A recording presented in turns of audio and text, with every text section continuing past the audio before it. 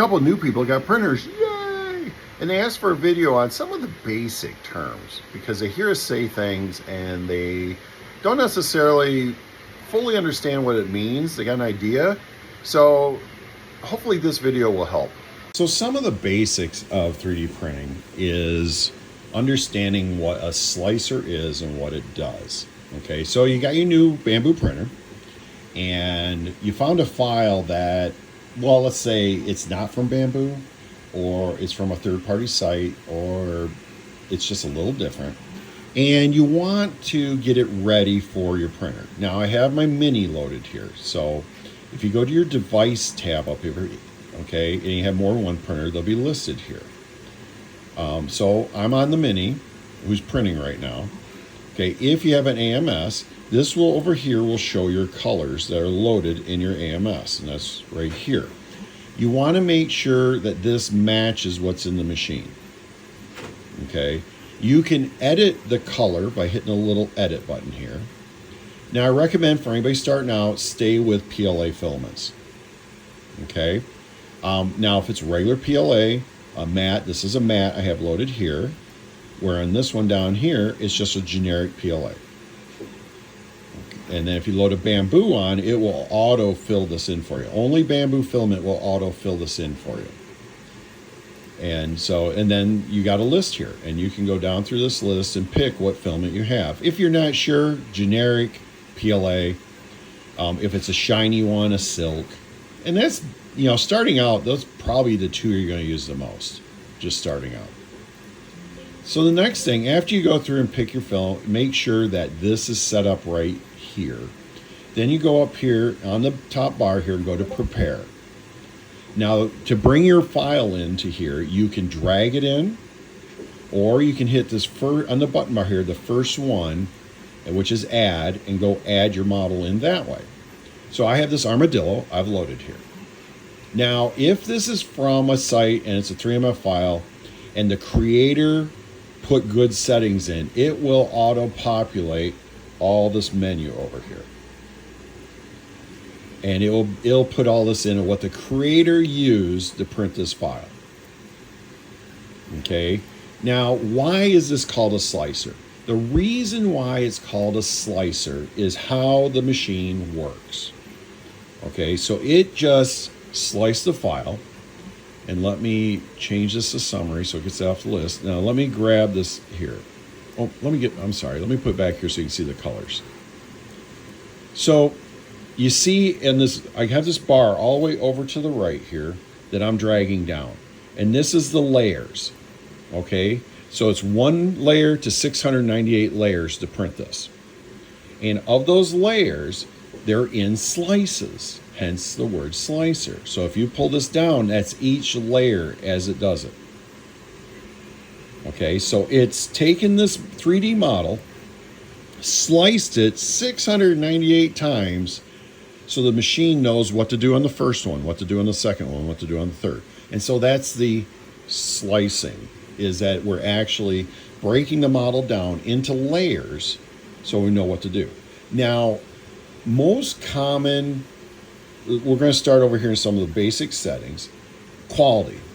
The most common in 3D printing is a 0.2 layer height. So if you see these ridges here, it means that between each ridge is 0.2 millimeters. Now, if you want a little finer detail, 0.16 is very common on these models. You can go finer, but if you do a small test print just to compare, a lot of times going finer than 0.16, you're not going to see a lot of difference. So just to start out at 0.2, and then you can always go and experiment. The other things to look at are like, if I spin this around, you're going to see this seam here. Okay, as it goes around and does each layer, it's going to have a start and end point to each path, and it creates a little seam. Okay, when it does that, you do get to see a line. Now, the software will try to hide it wherever it can. But you can then designate, like on this model, it's designated to the back. So you don't see the seam line if you're looking at the front of the model. The next thing to look at really here I think is worthwhile. This one, the creator made it as classic. I like using this Arachne wall generator. I think it does a better job on curves. I think you get a finer detail on curves. So I like running Arachne on just about everything. It's too bad that Bamboo doesn't make this where it will save that as the default. You have to, now you can create your own profile and save it under your, and make it a custom name so it remembers. But that's one thing I've changed. The next thing to worry about when slicing your own file is the strength. Okay, many files can be 2 walls, meaning that if it gets done slicing here, I'll show you. Sorry, I got a little ahead of myself here and started slicing and didn't know it was going to take this much longer. I might cut this out of the video. All right, so if you look here and we zoom in at our section, you'll see the orange and the 2 yellows because I have it set to 3 walls. So that 1, 2, 3. So there's 3 solid walls of plastic going all the way around here. All the way around on each layer. Now you can set to 2 walls. Now in some filaments, 2 walls will show stuff behind it. It's a little bit more transparent. So it's kind of those things you got to kind of figure out what you like. So in most cases, the walls you want to look at. The next thing is, and if you look here in the center, I got some funky infill going. This little red stuff in here, this is called lightning infill. And if you watch it there, you see how it's kind of like out in the middle of nowhere, it starts producing this support. Lightning infill is a way to print like a bust here that will save you plastic because you're not going to, no kid's going to be playing with it. You don't need a bunch of structure and weight in here. Now let's say I change that to a grid, and let's reslice it. And I'm on, and over here on the side, I'm on sparse infill. There's a percentage and then the pattern. So this is the pattern I'm changing. Okay, so now I have a grid. So now all the way through this, I'm gonna have a grid. Grid is good for, well, grid is fast. It may not be the strongest, but it's fast and gives you good support. Grid is good for things that are going to be handled because you want like a solid core in there. You know, it's, so that if it gets squeezed, there's support in there to hold the structure together. Okay, now this grid spacing is the 20%. Now if I change the 20%, let's say to 10%, you'll see the difference here of what a 10% density looks like. Sorry, slicing slowly. Might have to get a faster computer someday here. Okay, so now you see how the grid is further apart. Now, if something is not going to be used, you know, heavily, it's not going to be squeezed, you don't have kids squeezing on it or whatever, you can go to a bigger grid because this is time and plastic. So the least amount you have in here, the less plastic you're going to have. So the smaller the percentage number, the least amount you have. So it's 10% of this area is support, is what this is. Okay, so that's the way the support works. So percentage gives you how much, grid, and then there's other patterns, like one that people swear is the strongest, but there's no actual test data, is gyroid. And I think because of its pattern, it probably is much stronger, but that's debatable in some circles. And so I'll show you what it looks like. So you get a wave through there. And so the wave kind of builds up and over itself over and over again through the model and changes directions. So that's a gyroid. And then I'll show you again lightning. And lightning, again, if it's going to be just sitting on a mantle somewhere or on a shelf, go to a lightning infill. It gives you all the support you need for the model and reduces the plastic usage by 1/3 in many cases. And so then Shazam, here's our lightning. Looks like there's nothing in there. And if you see this red starting to form right here, it's starting to build a support in there to help support the top. And there's a support being built, and you see these two other ones coming together. They're all going to come together in the center there. So it gives it structure. Okay, so that's what the infill does. And then the wall loops we talked about.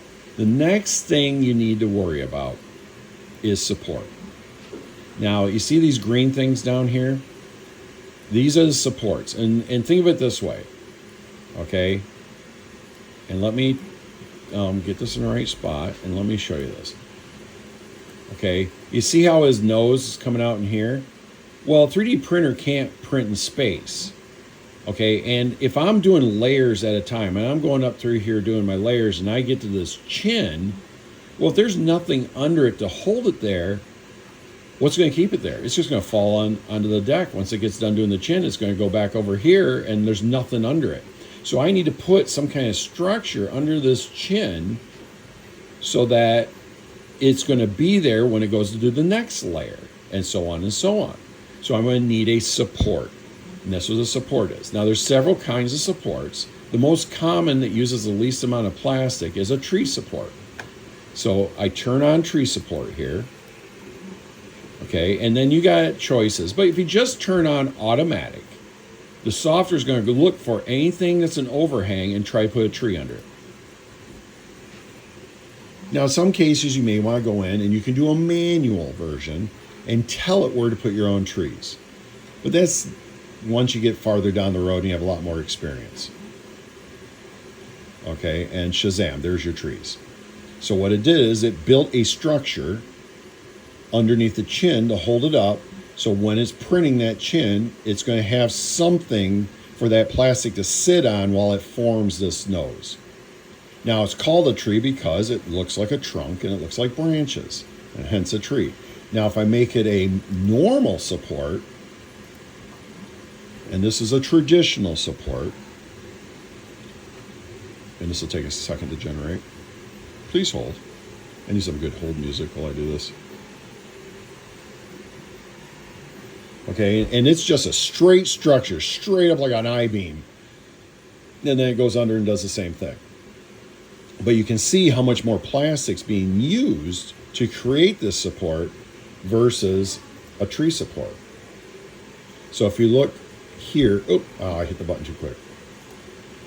You can, that menu that drops down is telling you how much of each thing is being used and giving you totals. So that's what that whole menu is saying. It's color coded. So it's saying the tree is that green color and this is how much you're using. And you can go through and reduce it. So right here, support. And so the support is 2.9 grams. Now the whole model is 45 grams. So you can, and that's what this one. Now if I go and change it to a normal support, and we're 2.9, so let's see how much it increases when we go to a normal support.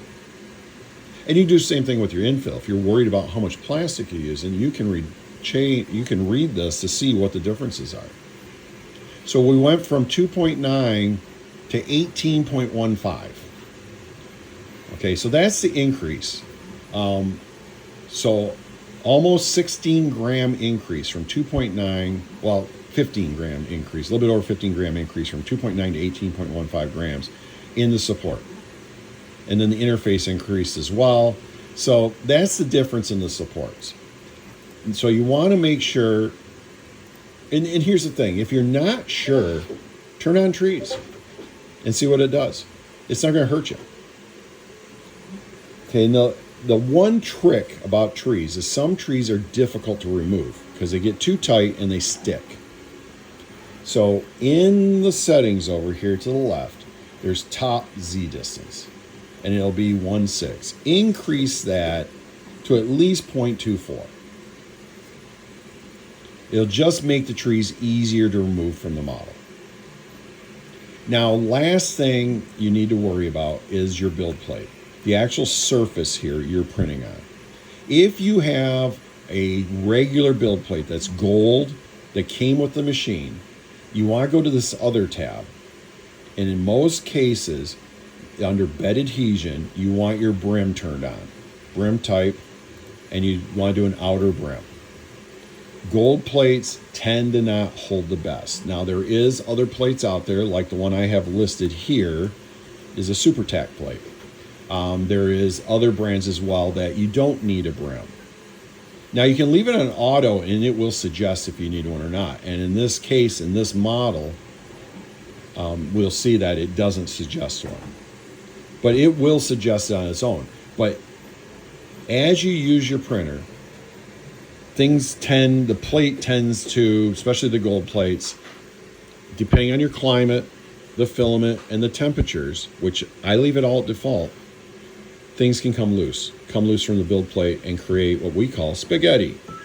If that's the case, go wash your build plate. Dish soap and water. If you have a dishwasher, run through your dishwasher. It's not going to hurt it. Your dishwasher doesn't get hot enough to hurt it, but it gets any hand oils and any residue off the build plate. When you put it on the printer, try not to touch the surface, because the oils off your hands will cause it to where the plastic doesn't want to stick. And try to keep it as clean as you can. If it's a gold plate, wash it every 5 to 10 prints, depending on it. If you start, especially if you see if something comes loose on you, definitely go wash it right away. Now, you can also invest in a sticky plate. I have some in my TikTok shop you can look at. If you want recommendations, I have some that are not part of TikTok shop that are also a very good alternative. Now, once you get done with all your settings, your brims, all your stuff, you can look at this, and there's a cost here, $1.18. So it's going to cost me $1.18. Well, how does it derive that cost? Well, under the filament here, there's a little circle here to the right. You click that little circle and you hit edit. And if you look here, it has a price of $26 a kilogram in there, or the price of that spool you put in. It thinks it's $26. Well, let's say I paid $15 for mine, as an example. Okay? And I slice it again. So how much will this cost me in plastic? So if my $15 spool, this is going to cost me 68 cents to produce. Okay, and then how much support am I throwing away? 2.9 grams plus 0.2. So 2.92 grams is the plastic I'll be throwing away when I create this. Now, there's a lot of debate about throwaway plastic. And here's the thing. All plastic manufacturing, all metal manufacturing, all wood manufacturing has waste. This thought that there's not waste in other systems are crazy. In big industrial printing, in big industrial forming of plastic, injection molding, there is tons of waste. But you're not having to make 1,000 of these, you're only making one. So people on the internet get way too sensitive about the waste, because no matter what you do in producing a product, you're going to have waste. Even if you're painting a product, you're going to paint that goes bad, you throw away. There's going to be paint left on a rag. There's going to be residue left over. You're going to be throwing away if you seal them, spray cans. There's always waste in everything you do, and don't let that bother you. PLA is a bioplastic. It's made from cornstarch. So of the plastics, it will break down. It might take way too long, but it will eventually break down into its constituent components. So it is a more natural plastic. And we can have a whole debate about that.